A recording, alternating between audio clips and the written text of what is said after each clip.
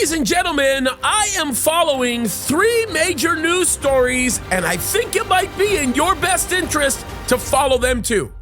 All right, folks, let's get into it. I am undoubtedly very intrigued by the three news stories that are in front of me right now that I'm going to be sharing with you.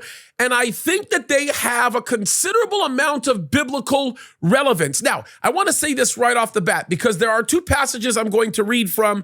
I am going to read from Ezekiel 38. I'm also going to read from Revelation 13. Both are very relevant passages to the things that we're looking at. But I do want to simply say this. Anytime I bring up a news story about things that I know are coming, and things that I'm seeing that I think have real relevance to the geopolitics related to Bible prophecy and all the other things that kind of go along the lines with that, I want people to know that I am not a date setter, nor will I ever be, right? I do believe that Christ could come at any moment. I believe that Jesus is coming soon, make no mistake about it. But I also believe this. I believe that it is not for us to know the day or the hour or the time. But what I do know is that we are supposed to be tuned into the season. We're supposed to have an intuition about the things that are happening around us because those things provide signs for the very thing that's coming. And of course, yes, according to Matthew chapter 24, the very first sign that we will observe that tells us that we are the generation that will see the second coming of Christ will be the abomination that causes desolate, according to the book of Daniel in chapter 9, which means we won't even be here when that happens. But there are some very exciting things that are taking place on the world stage that should get our attention and should cause us to want to better understand the things that are happening around us because they do undoubtedly relate to the subject of Bible prophecy, especially as we begin to look at the things that are happening right now. Many of the stories that we're not going to go over today relate to the idea that anti-Semitism is at an all-time high. All kinds of crazy things going on there. We're watching the world converge in a way that is very against Israel. And Zechariah chapter 13 and Zechariah chapter 14 told us that these things would actually happen. It's not a surprise. It should not astound anybody to see that these things are taking place because the Bible said that in these last days, we should expect it. As we go and we look at the things happening in the world around us, we know that even in the book of Timothy, it tells us that we are going to see perilous times in these last days. And undoubtedly, we are looking at a very perilous season, one that we have never seen before, one that is undoubtedly unprecedented, and one that continues to be getting progressively worse, like a terrible disease. But the Bible tells us that we should expect these things as we approach the last days. And we are undoubtedly, I believe, in those days, I believe Christ could come at any moment. So when we talk about these stories, I've got three of them, and they are all very important stories. They all relate to Ezekiel 38 or Revelation 13 in one way or another. I believe that these stories have a lot of relevance to them. One relates to the subject of Iran and the nuclear bomb that they already have, apparently. And the second story that I'm following is one related to Turkey. Of course, Erdogan, the leader of Turkey, going to visit Iraq. Not Iran, folks, Iraq. That's a significant story. And then, of course, the third story relates to Pope Francis saying all kinds of crazy things about climate change and is actually going to use the premise of climate change to do what in essence is the work of the false prophet in many ways. I'm not saying he's the false prophet, but he certainly is applying for the job. I can tell you that right now. All right, so let's quickly read Ezekiel 38 and get into this. I think it's going to be very important to lay down the premise. And it starts here in verse 1 of Ezekiel 38. It says, "And the word of the Lord came unto me, saying, Son of man, set thy face against Gog, the land of Magog, the chief prince of Meshech and Tubal, and prophesy against him." Now, this is interesting because when we talk about Gog, I believe Gog is a title, presumably the leader of Russia. And when we talk about the land of Magog, we are talking about a region that, of course, is surrounded or surrounds the Russian Federation. We're talking about a lot of different things here, a lot of different places that we're talking about, and we are talking about nations that are going to set themselves in battle against Israel. It says this in verse 3, it says, "And say, Thus saith the Lord God, Behold, I am against thee, O Gog, chief prince of Meshech and Tubal, and I will turn thee back and put hooks into thy jaws, and I will bring thee forth and all thine army horses and horsemen, and all of them clothed with all sorts of armor, even great company with bucklers and shields, all of them handling swords, Persia, Ethiopia, and Libya with them, all of them with shield and helmet, Gomer and all his bands, the house of Togarma and the north quarters, and all the bands, and many people with thee. Be thou prepared, and prepare for thyself, thou and all thy company, that thou art assembled unto thee, that be thou a guard unto them. And after many days thou shalt be visited. In the latter years thou shalt come into the land that is brought back from the sword, and is gathered out of many people against the mountains of Israel, which have always been waste, but is brought forth out of the nations, and they shall dwell safely, all of them. Thou shalt ascend and come like a storm, and thou shalt be like a cloud to cover the land, thou and all thy bands, and the many people with thee. And thus saith the Lord God, it shall come to pass that at that same time shall things come into thy mind, and thou shalt think an evil thought. Okay, so before we go on reading the rest of this, I want to show you a picture that I think is really, really important, because this will help you better understand what countries we're talking about that are going to be coming against Israel. Now, of course, I want to give credit where credit is due. This photo is not one that I prepared. This was one that was made by Dr. Andy Woods. I absolutely love this graphic. It tells a lot. So we're going to go over there and let me show you exactly what's happening here so that you have a better understanding what countries we're talking about, who's attacking Israel, and what's taking place. Let me show you this. So here we are, and I want to show you this so that you can see exactly what's going on here. We've got lots of nations that are setting themselves against Israel. We can see Persia, which of course is Iran. When we look at the region of Magog, we're talking about Kazakhstan, Uzbekistan, Tajikistan, Kyrgyzstan, and Turkmenistan.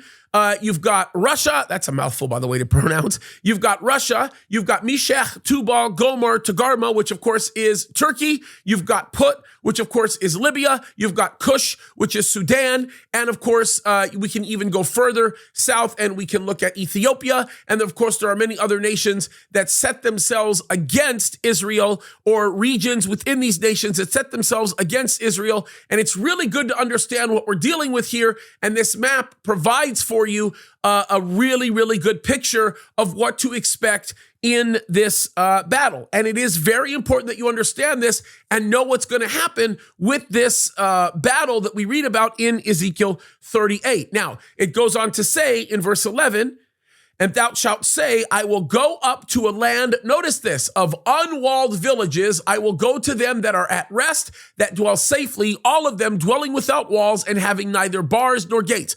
This actually speaks of the nation of Israel that has no security concerns. Unfenced walls, right? It speaks of people who are living in peace and full security. We have not seen that in Israel yet. We do know that that time is coming, and I'd be willing to bet you that so much of the things that have been happening right now with Hamas and Iran and Hezbollah is probably going to change the environment of Israel, where we will begin to see this really massive increase in Israel's confidence in their security and a very peaceful condition. In that, I believe that Saudi Arabia will officially announce their normalization plans with Israel, and we're going to see a bunch of very interesting things happening. By the way, keep thinking about Saudi Arabia for just a second, because Saudi Arabia becomes very, very important in this picture and with respect to this map and all the things that we're talking about here. It is very, very important, and it's really, really critical that you know what's going on. But look what it says in verse 12. It says that they're going to take a spoil and to take a prey, to turn thine hand upon the desolate places that are now inhabited,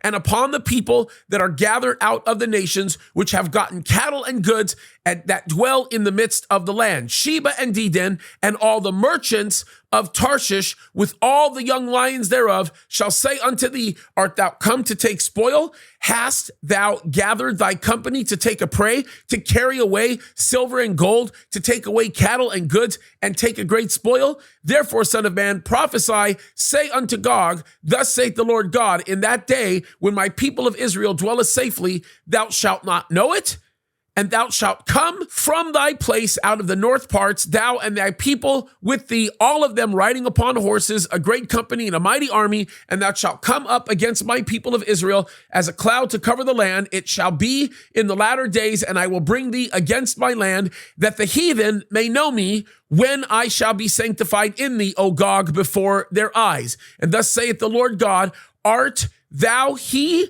of whom I have spoken in old time by my servants, the prophets of Israel, which prophesied in those days many years that I would bring thee against them? And it shall come to pass at the same time when Gog shall come up against the land of Israel, saith the Lord God, that my fury shall come up in my face. And it's interesting because this is when the Lord begins to speak about the judgment that he is going to bring upon these nations that attack Israel. But I want you to notice what the Bible just said, what we read in the Bible, and that is the fact that we talk about Sheba and Dedan and the merchants of Tarshish. This is so interesting because when we talk about Sheba and Dedan, who are we talking about? We're talking about Saudi Arabia. And when we talk about the merchants of Tarshish, we are talking about all kinds of people related to the geopolitical infrastructure that is being created through the Abraham Accords and what we're seeing with the normalization agreements. As a matter of fact, the whole purpose of the normalization agreements with Israel is to create a better function of trade and to continue to encourage economic growth through the acknowledgement of these nations that Israel is an actual state, that they do have the right to self-determination, and that, of course, they will deal with them as an actual country. So there's a lot of things that are happening here. We know that these things are going to happen. And of course, when we stop and look at the whole situation that's happening right now with Saudi Arabia, none of this stuff should surprise us. This is the type of thing that we should expect to see. And the geopolitics that we're watching formulate right now really do speak very vividly of the world that we are in right now and the times that we are in. And none of it, as I said, should come as a surprise, which is why when I read this article, it's really interesting because this article makes it very, very clear that Iran is becoming more aggressive and Iran is not apologizing for their position of maintaining nuclear weapons and continuing to do what they're doing in a way that is against Israel and probably against a lot of the world. So none of this stuff should surprise us, but these are the stories that are happening before us. Let me read this to you. This is an article, by the way, that's coming right out of Fox News Online, and it says this. It says, Iranian lawmaker declares Tehran obtained nuclear bombs. By the way, this is Iran that's saying this. This is a lawmaker in Iran that's actually telling us this. Let me read this to you. It says, after the head of the United Nations Atomic Watchdog Agency warned that Iran has enough uranium to produce several nuclear bombs, a firebrand Iranian lawmaker declared on Friday that the Islamic Republic of Iran possesses atomic weapons. In my opinion, we have achieved nuclear weapons, but we do not announce it. This is his quote, by the way. It means our policy is to possess nuclear bombs, but our declared policy is currently within the framework of the JCPOA. By the way, the person who is saying this is Ahmed Bakhshia Ardestani. That's his name. And he told the Iranian-based outlet Ruyad 24 on Friday, according to an article published by the independent news organization Iran International in London. The article goes on to say the JCPOA is an abbreviation for the Joint Comprehensive Plan of Action, the formal name for the Iran nuclear deal. President Trump withdrew the U.S. from the JCPOA, which, by the way, was a good decision, in 2018 because his administration argued the accord did not stop Iran's drive to build atomic weapons. The JCPOA provides massive economic sanctions relief to Iran in exchange for assurances it will not, within a limited time period, build a nuclear weapon, which, of course, they're breaking that, and it's not anything that we should be surprised with. The article goes on to say, Ardestani, who was reelected to Iran's quasi-parliament in March, added, here's a quote, the reason is that when countries want to confront others, their capabilities must be compatible, and Iran's compatibility with America and Israel means that Iran must have nuclear weapons. The Iranian parliament member noted, in a climate where Russia has attacked Ukraine and Israel has attacked Gaza, and Iran is a staunch supporter of the resistance front, it is natural for the containment system to require that Iran possesses nuclear bombs. However, whether Iran declares it is another matter. Guys, this is absolutely crazy. And by the way, an overwhelming majority of so much of this being said comes from some of these conversations that are being had in the Middle East by this leader. Matter of fact, let me read this portion of the paragraph to you, and I'm going to actually show you the video that it talks about. It says, just 2 days before Ardestani's announcement, the president of the Iranian Strategic Council on Foreign Affairs, Khamel Kharzi, told Al Jazeera Network in Qatar, I announced 2 years ago in an interview with Al Jazeera TV that Iran had the absorptive capacity and the capability to produce a nuclear bomb. Iran still has that capability, but we have not made the decision to produce a nuclear bomb. However, if the Iranian interests are threatened in this matter, we may change this doctrine. The military officials in Iran have announced that if our nuclear facilities would be attacked, we may change our military doctrine with regard to the nuclear facilities. I mean, that's absolutely crazy. Let me show you the interview where he actually says this, and I want you guys to pay attention because it's significant. By the way, this is Memory that's doing the translation, Memory TV. They do actually a very, very good job with the translation. Anytime Memory does the translating, they are very interesting. They do a good job, and Memory stands for the Middle East Media Institute, and they do a very, very good job with translating many of this. Now, what you're going to hear is you're going to hear this interview of this leader speaking in Persian. It's being translated verbally into Arabic, and I understand the translation very, very clearly. And then, of course, you're going to look at the subtitles, which is going to give you an understanding of what they're saying. And, of course, the translation is absolutely fantastic. So let me play this for you.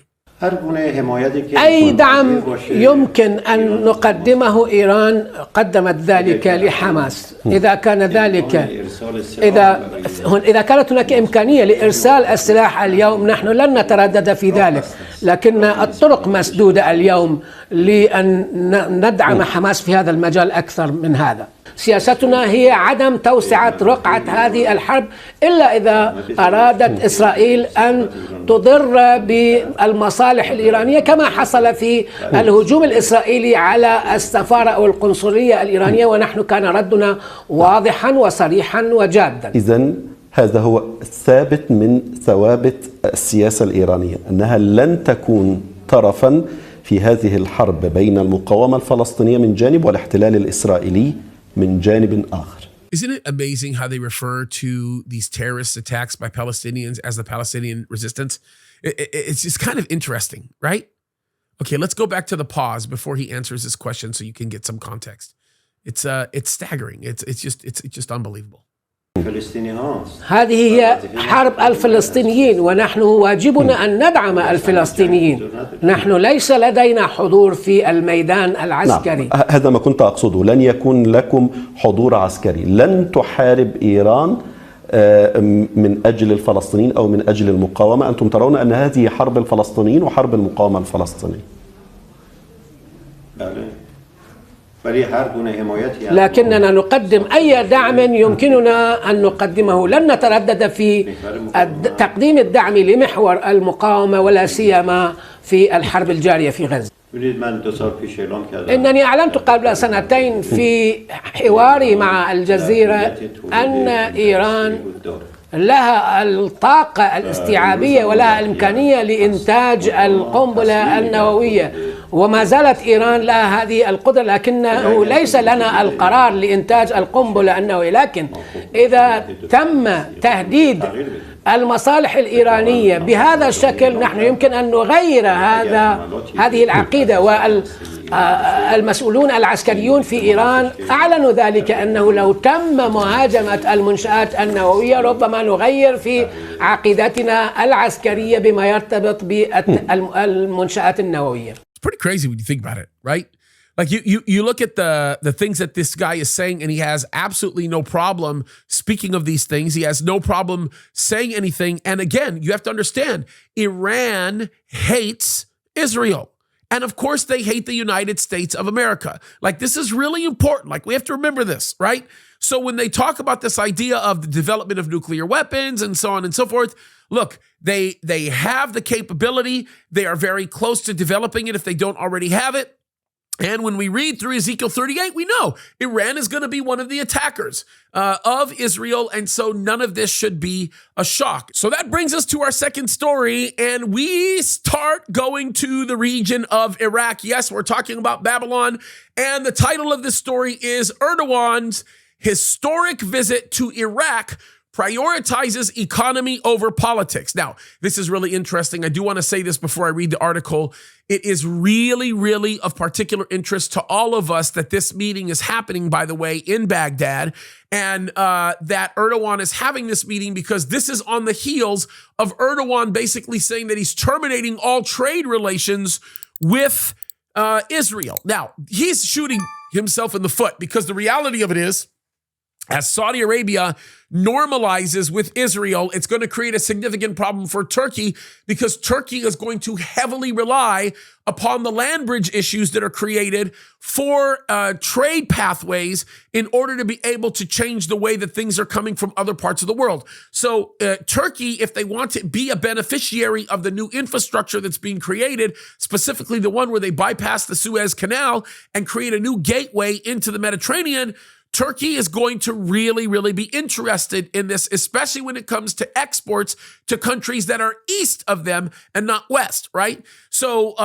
if they want to do something that's transatlantic, it's not a big deal because they can go out through the Mediterranean, out into the Atlantic with their own resources and get what they need out. But the reality of it is if they need to go back in the direction of India or they need to go back in the direction of Pakistan or many of these other areas, then they're going to have to go along with what's being established by Saudi Arabia, and what's being established by Saudi Arabia can't be established if they don't have the cooperation of Israel. So this is why he's going to Iraq. He's going to Iraq to create some kind of a deal, understanding the fact that by going to Iraq, he's doing something that you would not expect Turkey to do because of past issues that have existed between them. Okay, let's get into this. It says, no politics. The Turkish president's trip to Iraq instead marks a strategic shift towards strengthening economic ties and pragmatic cooperation between Ankara and Baghdad. Perhaps due to a lack of official clarity, experts anticipated that security and political issues would head the agenda during the Turkish President Erdogan's 22nd of April visit to Baghdad, a trip widely heralded as historic. Instead, revelations and analysis in the visit's aftermath show that economic matters took precedence. However, security and political topics were not completely sidelined, as noted by high-ranking sources in both Baghdad and Erbil. It says this, speaking to the Cradle, Mazen al-Zaidi, a journalist close to Iraqi Prime Minister Mohammed Shia al-Sudani, says observers misunderstood the repeated postponements of Erdogan's visit to Baghdad, that schedules had to be readjusted because significant bilateral plans were being prepared. By the way, this is interesting. There was a lot of, I think, speculation going on that tensions between Iraq and Turkey were beginning to develop significantly. But the reality of it is both Erdogan and Sudani had some major conflicts. And one of the major conflicts that existed was al-Sudani had a visit to the United States that he had to make. And so there were a lot of back and forths going on there. There were some real issues that were being sort of fought against and some interesting things that were happening. So this is really interesting to think about where all of this is going. But the article goes on to say, it says the delay was intended to pave the way for a historic visit that would establish a new relationship between Iraq and Turkey based on strategic partnership and not as it was before on the basis of impositions and dictates, which it is interesting because they do begin to see their work with one another as being significant. But I will mention this, it has a lot of significance in two major areas in this area of Iraq, and we'll get into these areas in just a second. Look what it goes on to say. It says Zaidi's claim aligns with discussions held in March by the Iraqi and Turkish foreign ministers, which led to Baghdad's announcement of the restrictive measures against Kurdistan Workers' Party, the PKK, measures that stopped short of declaring the group a terrorist organization. However, former MP and head of the Iraqi Turkmen Front, Hassan Turan, tells the cradle, that's the people that are writing this article, President Erdogan's visit focused on a path of development and local political or security affairs were not touched upon. From the outset, the Sudani administration has prioritized the implementation of Iraq's development road project, aiming to establish a network of railways and highways for goods transportation alongside neutral pathways for energy, specifically oil and electricity, folks. That's what they're talking about, and optical internet cables. By the way, folks, the next paragraph that we're going to read relates to this land bridge that I oftentimes talk about. Let's read it. It says, the multi-billion-dollar land corridor, principally designed and funded by Turkey, Iraq, Qatar, and the UAE, stretching 1,200 kilometers from the Persian Gulf to the Mediterranean Sea, will significantly reduce travel time between Asia and Europe, and it is likely to leave the U.S., Israel, India, Middle East, European economic corridors project in mothballs. Well, I kind of agree with that, but I kind of disagree, because that project will become somewhat irrelevant when Saudi Arabia reconstructs a new land corridor that actually creates a lot more significant value to everybody that's involved because of the way they're going to be transporting goods and services. So that's kind of a little interesting 2 cents that I'm throwing out right now. But it goes on to say this. It says, with progress being made at Iraq's Grand Fa port, already expected to launch 5 bursts within a year, an energy transparent grid extending to Turkish ports, the focus remains on developing and securing a comprehensive land and railway transportation route, which, by the way, I'm telling you right now, we are talking about the beginning of the construction of modern day Babylon. We are going there, right? It's very, very important, okay? So folks, you have to understand something with Qatar, and you have to understand something with the Emiratis. What they are also bringing to the table in all of this is a specific agreement that was made that will implement what they call this development road. It's very important to think about this, which also is a very strong demonstration of how powerful and how rich these people are and the things that they want to do to be able to get their goods and services both imported and exported. So economic prowess is the thing that's being followed here, which is very interesting, because what we read about in Ezekiel 38, and we talk about the unfenced cities and so on and so forth, this makes a lot of sense. By the way, guys, this project to create this new land bridge that they're talking about is $8 to $15 billion. And by the way, you know what rumor has it? Rumor has it that the UAE will be the single most influential source that will fund this project for a lot of reasons. They could be doing this on behalf of the royal family of Saudi Arabia. There's a lot of things involved here, geopolitically speaking, that is left to analyze, that we have to be looking at, and it's really interesting. And if you guys actually want to look at a picture of what this type of trade path is going to look like, let me throw this up to you.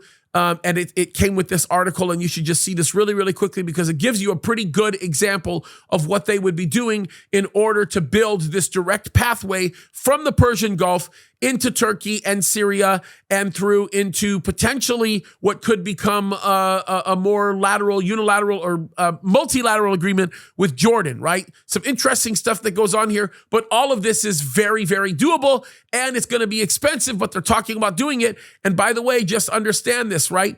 If we are talking about a pathway that exists between the Tigris and the Euphrates that comes from the Persian Gulf via the port that's constructed right next to Kuwait, imagine the implications that this could have for modern day Babylon and what could happen there. So it's pretty interesting stuff. It's a great story. It's one to be following. And of course, if you want to know a little bit more about this, you can get into the water security problem that exists with Iraq and why they're actually trying to shift their focus in being able to better understand the fastest path to secure their water for a lot of reasons, especially because the one most significantly related to the reconstruction of Babylon. So that's really important stuff. And of course, that brings us to the third and final news story that I am following, and that is with Pope Francis.